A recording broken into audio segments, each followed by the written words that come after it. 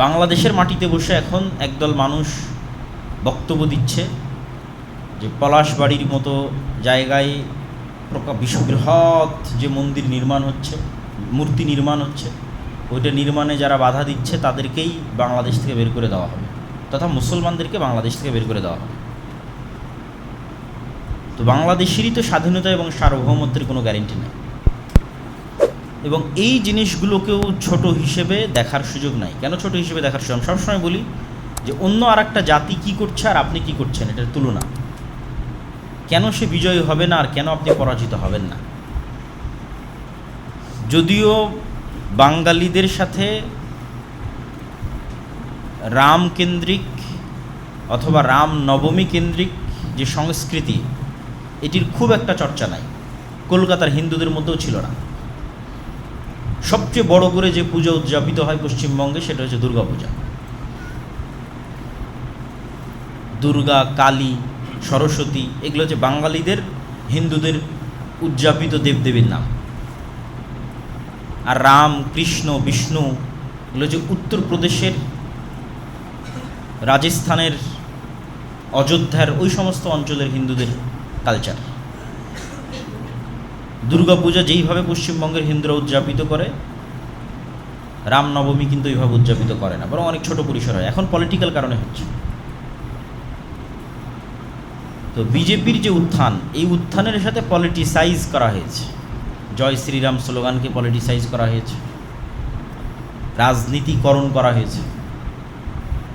এই জন্য কোনো একজন হিন্দু যখন বাঙালি হিন্দু বিশাল করে দুর্গার মূর্তি তৈরি না করে রামের মূর্তি তৈরি করে, তখন সেটা পলিটিক্স, তখন সেটা বিজেপির সম্প্রসারণবাদী চিন্তার অংশ। যখন কোনো বাঙালি হিন্দু বাংলাদেশে বসে জয় শ্রীরাম স্লোগান দেয়, তখন বাংলাদেশকে ভারতের অন্তর্ভুক্ত করার প্রজেক্টের অংশ। কিন্তু ওই একই সময় আমাদের যুবকেরা কি করতেছে? মুসলমান যুবকেরা ওই সময় খেলতামাশায় মত্ত আছে। এই জায়গায় হচ্ছে আফসোস। এইভাবেই কিন্তু জাতির অধঃপতন হয় এবং জাতি তার স্বাধীনতা সার্বভৌমতা হারিয়ে ফেলে। স্পেন যেমন হারিয়ে ফেলেছে, স্পেনের মুসলমানেরা। বাগদাদ যেমন হালাকুখা চেঙ্গিস খানের হাতে ধ্বংস হয়ে গেছে, ঠিক এই সেম প্রসেসে ধ্বংস হয়, যে প্রসেসের মধ্যে দিয়ে আমরা যাচ্ছি। আমরা সকল ওই আলামত এবং ওই চিহ্নগুলো পূরণ করছি জাতি হিসেবে, প্রজন্ম হিসেবে। যেই চিহ্ন, যে আলামতগুলো পূরণগুলো একটা জাতি গোলামে পরিণত হয়, এটা জাতির স্বাধীনতা এবং সার্বভৌমত্ব থাকে না। এবং এখানে এই পয়েন্টে আমাদের আরও একটা বিষয় মনে রাখতে হবে, যে মুসলমানেরাই সবচেয়ে বেশি আন্তরিক ছিল 47-এর পূর্বে, 1905-এর পূর্বে, যে উভয় বঙ্গ এক থাক এবং ভারত বা পাকিস্তানের অন্তর্ভুক্ত না হয়ে আলাদা রাষ্ট্র হোক। কিন্তু যারা কট্টর হিন্দুত্ববাদী বাঙালি ছিল, তারাই মূলত স্বদেশ আন্দোলনের নামে, আমার সোনার বাংলা গানের নামে, এবং তাদের মতো আর যত কবি এবং সাহিত্যিক আছে, তারা উভয় বাংলাকে এক রাখতে চেয়েছে, স্বাধীন হিসেবে নয়, ভারতের অধীনস্থ হিসেবে। তখনই শেরে বাংলা একে ফজলুল হক এবং হোসেন শহীদ সোহরাওয়ার্দী, তাদের মধ্যে শত মতভেদ থাকলেও তখন তারা সিদ্ধান্ত নিল যে না, এটা হলে আমরা আগে যে ডাবল কলোনির অধীনে ছিলাম, দুইটা কলোনি, একটা কলোনি ব্রিটিশ, আবার ব্রিটিশরা সব দায় দায়িত্ব দিয়ে রেখেছিল হিন্দু জমিদারদের, তাহলে আমরা হচ্ছে 3 নাম্বার।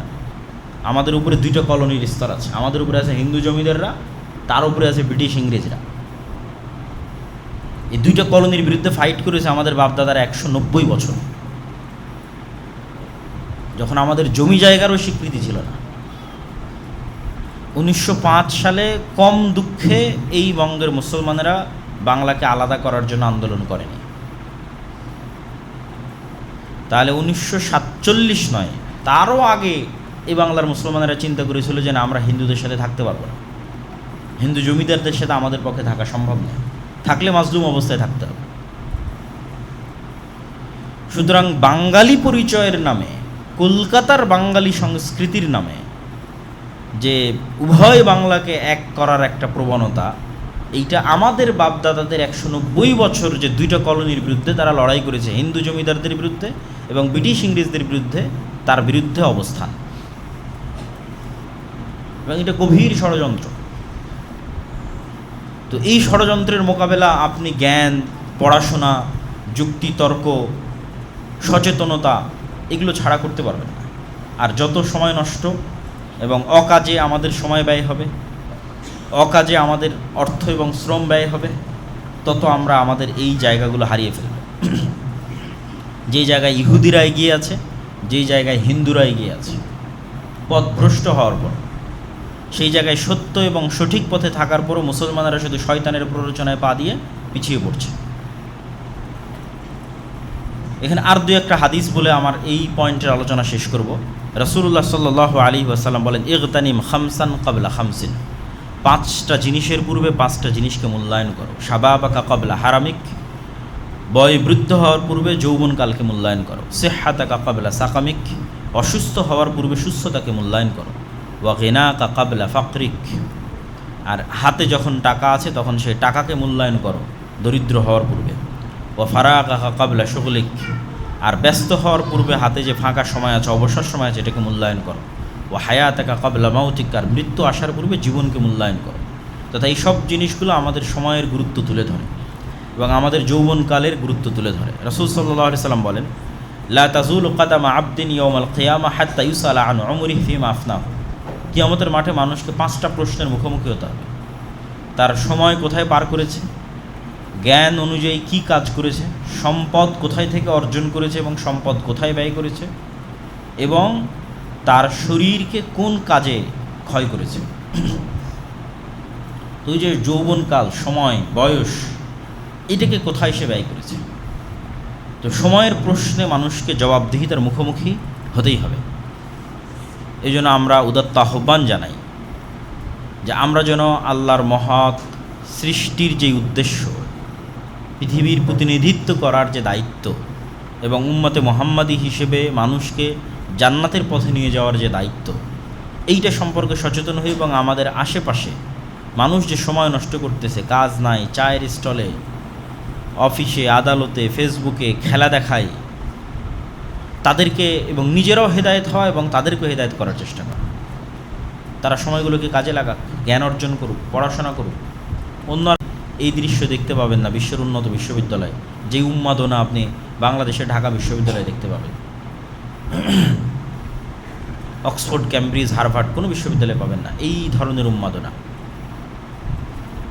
তাহলে আমরা কোথায় এবং তারা কোথায়? আর আমরা বক্তব্যের শেষ অংশে এসে যেটা আলোচনা করতে চাচ্ছি সেটা হচ্ছে মুহররম। আল্লাহ সুবহানাহু তাআলা 4টি মাসকে হারাম করেছেন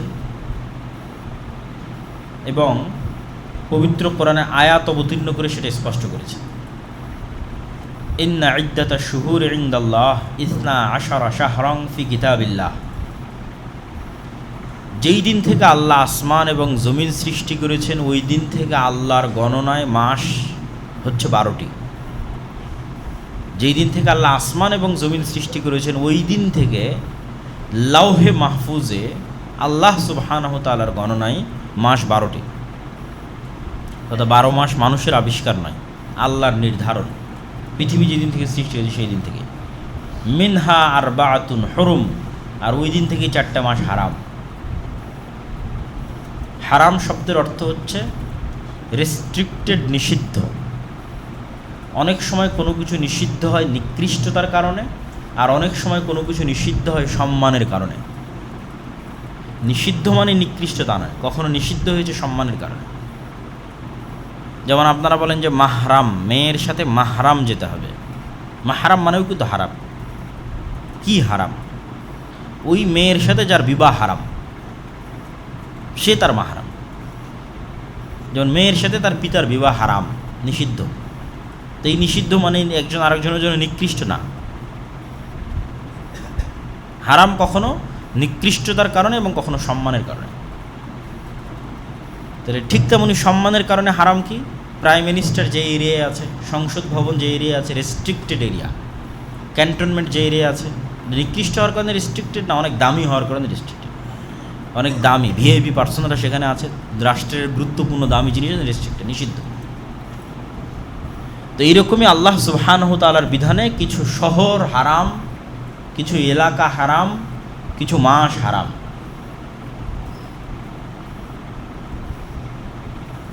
তো আল্লাহ সুবহানাহু তাআলার নির্ধারণে যেই মাসগুলো হারাম তার মধ্যে একটি গুরুত্বপূর্ণ মাস হচ্ছে মুহররম। পরপর 3 মাস, যুল কায়দা, যুল হিজ্জা এবং মুহররম। তো এই হারাম মাসগুলোর সম্মান হচ্ছে, হারাম মাসে যুদ্ধ বিগ্রহ নিষিদ্ধ। যুদ্ধ বিগ্রহ নিষিদ্ধ মানে নিজে থেকে শুরু করা নিষিদ্ধ। এটাই হারাম মাসের সম্মান, যে কোনো মুসলিম শাসক, কোনো মুসলিম খলিফা এই 4 মাসে নিজে থেকে যুদ্ধ স্টার্ট করতে পারবে না, বরং তার কোনো যুদ্ধ বন্ধ করার ক্ষমতা থাকলে বন্ধ করবে এই 4 মাসে। আর যদি যুদ্ধ চাপিয়ে দেওয়া হয় তথা আমার উপর কেউ হামলা করতেছে, তখন তার কিছু করার নাই। তখন আল্লাহ অনুমতি দিয়েছে যে ঠিক আছে, যতটুকু তোমাদের উপর জুলুম হচ্ছে তোমরা ততটুকু জুলুমের প্রতিবাদ করো, কিন্তু নিজে থেকে হারাম মাসে যুদ্ধ শুরু করা যাবে না, মারামারি গণ্ডগোল ফাটাফাটি শুরু করা যাবে না, শান্তি বিরাজ রাখতে হবে। এবং এই বিধান মক্কার মুহাম্মদ সাল্লাল্লাহু আলাইহি ওয়াসাল্লাম আসার পূর্বের কাফেররা অনুসরণ করত। কাফের মুশরিকদের কাছে হারাম মাসের গুরুত্ব ছিল। আর হারাম এরিয়া হচ্ছে মক্কা এবং মদিনা। মক্কাকে হারাম করেছে ইব্রাহিম আলাইহিস সালাতু ওয়াস সালাম, মদিনাকে হারাম করেছে মুহাম্মদ সাল্লাল্লাহু আলাইহি ওয়াসাল্লাম। তো মুহররম মাসের 10 তারিখ, আশুরা মানে দশম, 10th, আরবিতে 10-এর আরবি হচ্ছে আশারা, 10। ওইটাকে যখন দশম যুক্ত করা হয়েছে তখন আরবিতে হচ্ছে আশুরা, দশম দিন, 10 থেকে দশম। তাহলে আশারা থেকে আশুরা, 10 থেকে দশম, মুহররম মাসের দশম দিন। তো মুহররম মাসের দশম দিনের কি গুরুত্ব? এমনি অসংখ্য জয়ীফ হাদিস আছে, জাল হাদিস আছে, যে সব কিছুই মুহররম মাসের 10 তারিখ। আল্লাহ পৃথিবী সৃষ্টি করেছে এই দিনে, পৃথিবী ধ্বংস হবে এই দিনে, আদম সৃষ্টি করেছেন এই দিনে, এরকম অসংখ্য কিছু রিওয়ায়াত আছে যেগুলো সরাসরি নির্ভরযোগ্য সূত্রে প্রমাণিত নয়।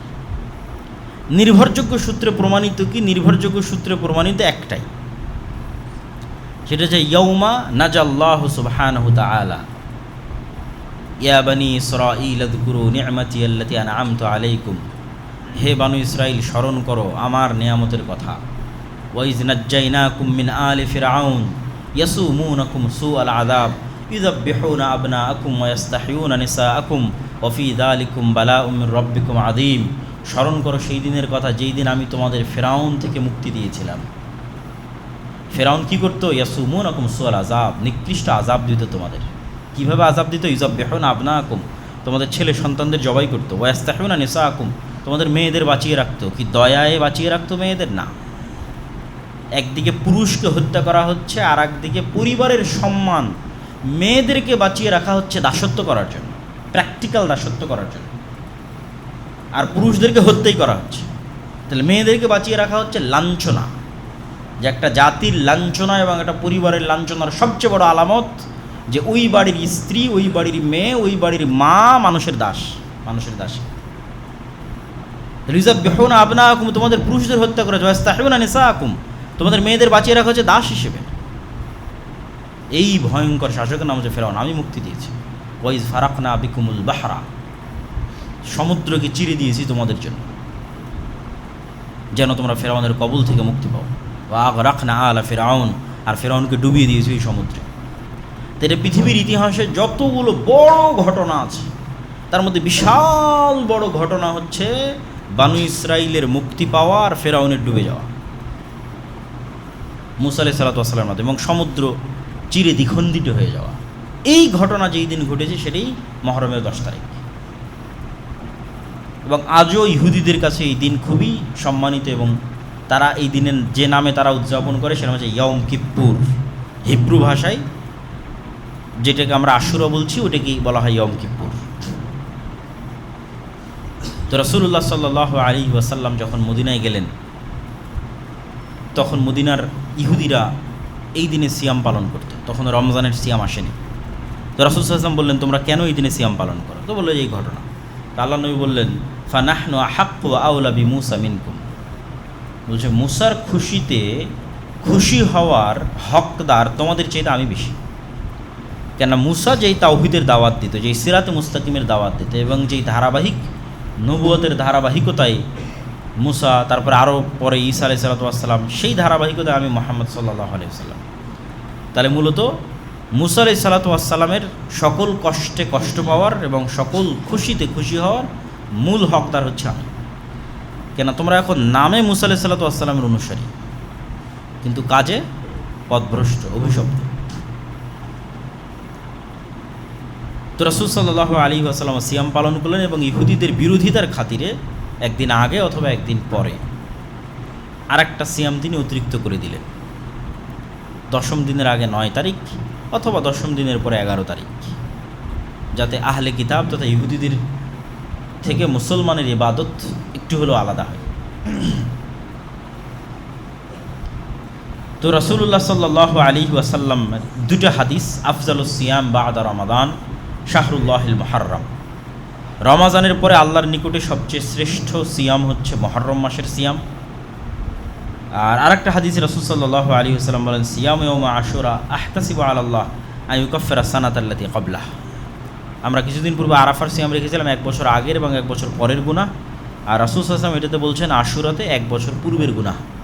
আল্লাহ সুবহানাহু ওয়া তাআলা আশুরার একদিন সিয়ামে মানুষের 1 বছরের পূর্বের গুনাহ ক্ষমা করে দেবেন।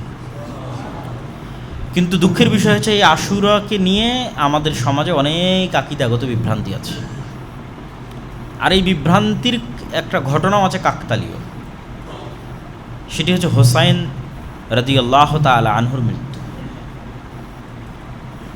হাসান এবং হোসাইন রাদিয়াল্লাহু তাআলা আনহুমার প্রতি ভালোবাসা ইমানের অঙ্গ, আলী রাদিয়াল্লাহু তাআলা আনহুর প্রতি ভালোবাসা ইমানের অঙ্গ, সকল সাহাবীদের প্রতি ভালোবাসা ইমানের অঙ্গ। আল্লাহর নবীর পরিবার পরিজনের প্রতি বিদ্বেষ পোষণ করা কাফের হওয়ার আলামত, মুনাফিক হওয়ার আলামত। কিন্তু মুহাম্মদ সাল্লাল্লাহু আলাইহি ওয়াসাল্লামকে যেমন যিশু খ্রিস্টের জায়গায় বসানো যাবে না, ঠিক তেমনি মুহাম্মদ সাল্লাল্লাহু আলাইহি ওয়াসাল্লামের কোনো সাহাবীকেও যিশু খ্রিস্টের জায়গায় বসানো যাবে না। যিশু খ্রিস্টকে তথা ঈসা আলাইহিস সালামকে খ্রিস্টানরা কোথায় বসিয়েছে? এমন উঁচুতে নিয়ে চলে গেছে যে সারা পৃথিবীর সব মানুষের গুনাহ নিয়ে ঈসা আলাইহিস সালাম মারা গেছে, নাউজুবিল্লাহ। এই জন্য ঈসা আলাইহিস সালামের মৃত্যুকে উদযাপন করা, কাছাকাছি ওই সেম থিওরিতে চলে গেছে একদল বিভ্রান্ত মুসলমান হোসাইন রাদিয়াল্লাহু তাআলা আনহুর মৃত্যুকে নিয়ে। অথচ হোসাইন রাদিয়াল্লাহু তাআলা আনহুর চেয়ে অবশ্যই শ্রেষ্ঠ আশারায়ে মুবাশশার বিল জান্নাহ, জান্নাতের সুসংবাদপ্রাপ্ত 10 জন সাহাবী। অন্তত তার নিজের পিতা আলী রাদিয়াল্লাহু তাআলা আনহু তো অবশ্যই শ্রেষ্ঠ। তো যারা জান্নাতের সুসংবাদ প্রাপ্ত এবং তাদের মধ্যে যে 4 জন খলিফা, তাদেরকেও অনেককেই হত্যা করা হয়েছে। ওমরকে হত্যা করা হয়েছে, ওসমানকে হত্যা করা হয়েছে রাদিয়াল্লাহু তাআলা আনহু। তাদের হত্যা উম্মতে মুহাম্মাদির জন্য যতটা ক্ষতিকর, ওই সময়ের জন্য যতটা ব্যথার, দুঃখের এবং কষ্টের ছিল, হোসাইন রাদিয়াল্লাহু তাআলা আনহুর হত্যাও দুঃখের এবং কষ্টের, কিন্তু তুলনা করা সম্ভব নয়। তাহলে হোসাইন রাদিয়াল্লাহু তাআলা আনহুর হত্যায় যদি শোক পালন করতে হয়, তাহলে আবু বকর, ওমর, উসমান, আলীর হত্যাতেও তো তার চেয়ে বেশি শোক পালন করতে হবে। আর তার চেয়ে বেশি শোক পালন করতে হবে মুহাম্মদ সাল্লাল্লাহু আলাইহি ওয়াসাল্লামের মৃত্যুতে। কিন্তু ইসলাম তো শোকের ধর্মই নয়, ইসলাম শোকের দিন নয়। সর্বোচ্চ স্বামীর মৃত্যুতে মানুষ শোক পালন করতে পারে 4 মাস 10 দিন সর্বোচ্চ। সেখানে যুগ যুগ যাবৎ আমরা একটা বিভ্রান্ত আকীদাকে লালন করে, যেই দিনে মূলত মুসা আলাইহিস সালামের মুক্তিতে খুশি হয়ে সিয়াম পালন করার কথা, সেই দিনকে আমরা তাজিয়া মিছিল এবং বিভিন্ন কিছু, এবং আশুরা মুহররমকে, যেটা শরীয়তে ছিল, মানুষ জানেই না যে আশুরা মুহররম মানে মুসা আলাইহিস সালামের মুক্তি। সবাই জানে আশুরা মুহররম মানে হোসাইন রাদিয়াল্লাহু তাআলা আনহুর হত্যা। এইটা হচ্ছে পলিটিক্স। শিয়া এবং সুন্নিদের যে দ্বন্দ্ব, এটার শুরুটা পলিটিক্স থেকে, রাজনীতি থেকে। এবং গল্প বলাতে যেহেতু তারা বেশি এক্সপার্ট, উপন্যাস লিখতে বেশি এক্সপার্ট পারস্যরা, ফলত হৃদয় বিদারক এই গল্পকে অনেক হাইলাইট করে হৃদয় বিদারক অসংখ্য সাহিত্য তৈরি হয়েছে, বাংলাতেও অসংখ্য সাহিত্য তৈরি হয়েছে, এবং এটাকে একটা কালচারে রূপান্তর করা হয়েছে। এবং এটাকে শোক পালন, এই দিনে শোক পালন করাকে এবং নিজের উপর জুলুম করাকে ইবাদত বানানো হয়েছে, যেটার সাথে ইসলামের ন্যূনতম সম্পর্ক নেই।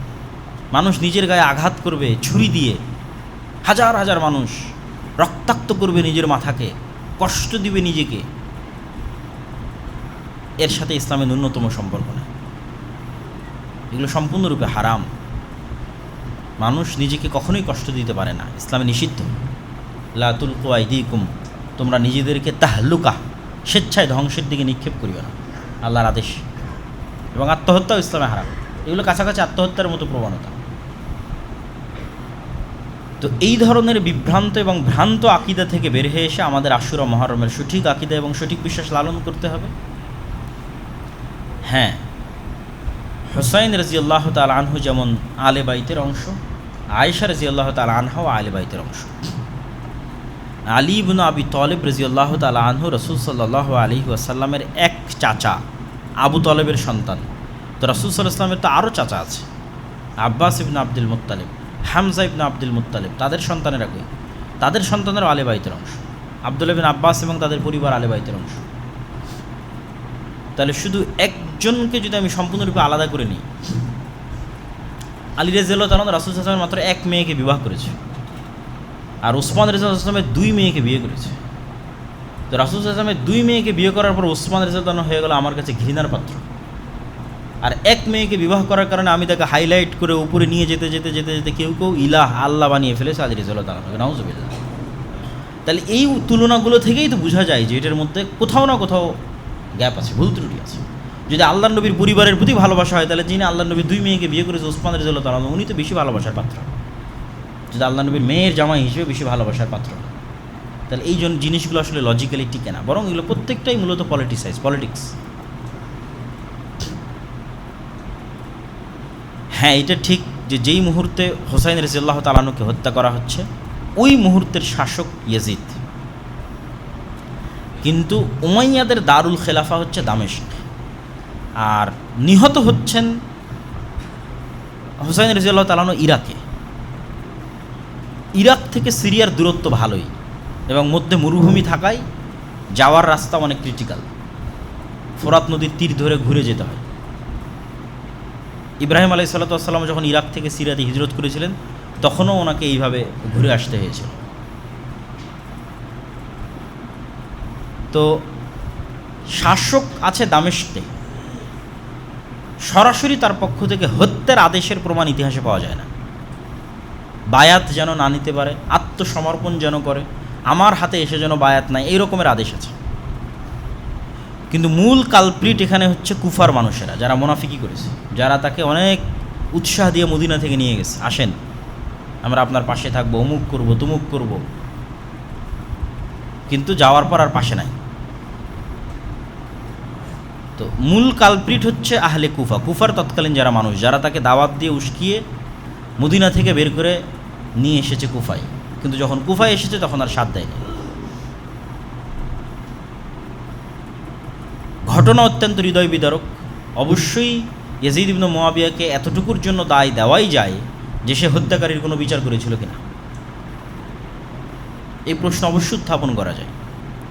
এই জন্য আহলুস সুন্নাত ওয়াল জামাতের পক্ষ থেকে শাইখুল ইসলাম ইবনে তাইমিয়া বলেছেন, ইয়াজিদ ইবনে মুআবিয়া না প্রশংসার যোগ্য না নিন্দারও যোগ্য। নিন্দা করেও আমরা গুনাহের ভাগিদার হতে রাজি নই, প্রশংসা করেও কেন সে সাহাবী নয়, আলাদা করে তার প্রতি আমাদের কোনো জিম্মেদারিও নয়। কিন্তু এইটার কারণে তার পিতা মুআবিয়া রাদিয়াল্লাহু তাআলা আনহুকে দায় দেওয়া, তখন তিনি পৃথিবীতে নাই, উনি অনেক আগে পৃথিবী থেকে চলে গেছেন। মুআবিয়া রাদিয়াল্লাহু তাআলা আনহু আর এক সাহাবীর সন্তান, যে হচ্ছে আবু সুফিয়ান, মুআবিয়া ইবনে আবি সুফিয়ান। আবু সুফিয়ান হচ্ছে আবু জাহালের পরে মক্কার কুরাইশদের নেতা। আবু সুফিয়ান রাদিয়াল্লাহু তাআলা আনহু মক্কা বিজয়ের সময় ইসলাম গ্রহণ করে।